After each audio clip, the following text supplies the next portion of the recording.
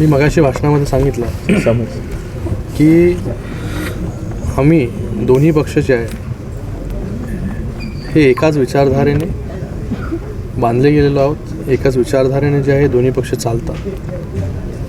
काही लोकांनी जे आहे त्या विचारांबरोबर जे ते फारकत घेतली स्वतःच्या स्वार्थासाठी, खुर्चीसाठी, म्हणून उठाव झाला आणि पुन्हा जे आहे हे महायुती सरकार बनलं.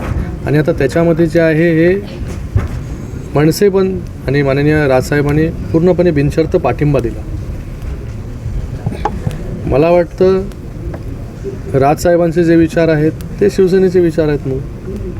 म्हणून जो आहे हा DNA जो आहे हा हिंदुत्वाचा असेल, बाळासाहेबांचा असेल, सावरकरांचा विषय असेल. हा DNA एक असल्यामुळे जे आहे ते आम्हाला लगेच जे आहे ते एकत्र येता आलं.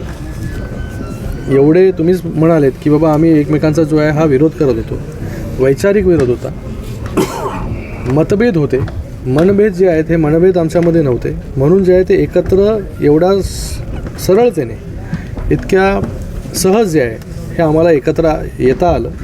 आणि मला वाटतं डेव्हलपमेंटवरती आम्ही दोघेही काम करतो ते त्या भविष्यामध्ये पण करत राहू. आणि त्याच्यासाठीच आज राजसाहेबांनी देखील जे आहे हे मोदी साहेबांना समर्थन पूर्णपणे दिलेलं आहे. देशाची धुरा त्यांच्या हातामध्ये आहे. त्याला अजून मजबूत करण्यासाठी पुन्हा जे आहे तिसऱ्यांदा मोदी साहेबांना पंतप्रधान करण्यासाठी जे आहे हे राजसाहेबांनी महायुतीला पूर्णपणे पाठिंबा जो आहे हा दिलेला आहे. हा पाठिंबा तुम्ही सांगितलं की बघा, मला वाटतं की एकदा आपण जेव्हा एका विचाराने एकत्र येतो महाराष्ट्राच्या भल्यासाठी, इथे कुठला आकडा नाही आहे की कोणाला किती सीट्स. मी मगाशी पण म्हणाला की मला लोक विचारतात की आता शिवसेनेला 15 सीट्स मिळाले, बाकी राष्ट्रवादीला इतक्या सीट्स मिळाल्या, भारतीय जनता पार्टी इतक्या सीट्सवरती लढते.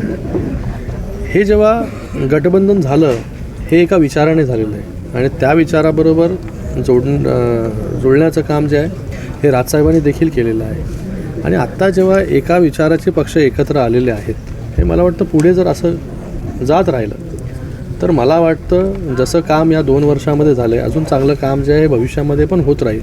महाराष्ट्राच्या दृष्टिकोनातून, महाराष्ट्राच्या चांगल्या भविष्यासाठी जे आहे हे सगळं हे काय फक्त टाईमिंगसाठी थोडी आहे. हे आम्हाला अपेक्षित आहे की एकत्र मिळून सगळ्यांनी एकाच विचाराच्या पक्षांनी एकत्र येऊन काम केलं पाहिजे आणि काम करत राहायला पाहिजे, अशी माझी कार्यकर्ता म्हणून इच्छा आहे. बिलकुल 12 तारखेला 12 मेला कल्याण डोंबिवली या ठिकाणी राजसाहेबांची सभा आहे.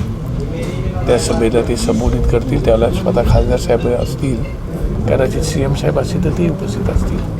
पण ती महायुतीची सभा आहे आणि आता महायुतीत आम्ही असल्यामुळे महायुतीची सभा आहे ती. त्याच्यामुळे आता काही सभा काही वेगळ्या नाही होऊ शकत, एकत्र होणार. त्याच्यामुळे ती सभा 12 मेला होणार आहे.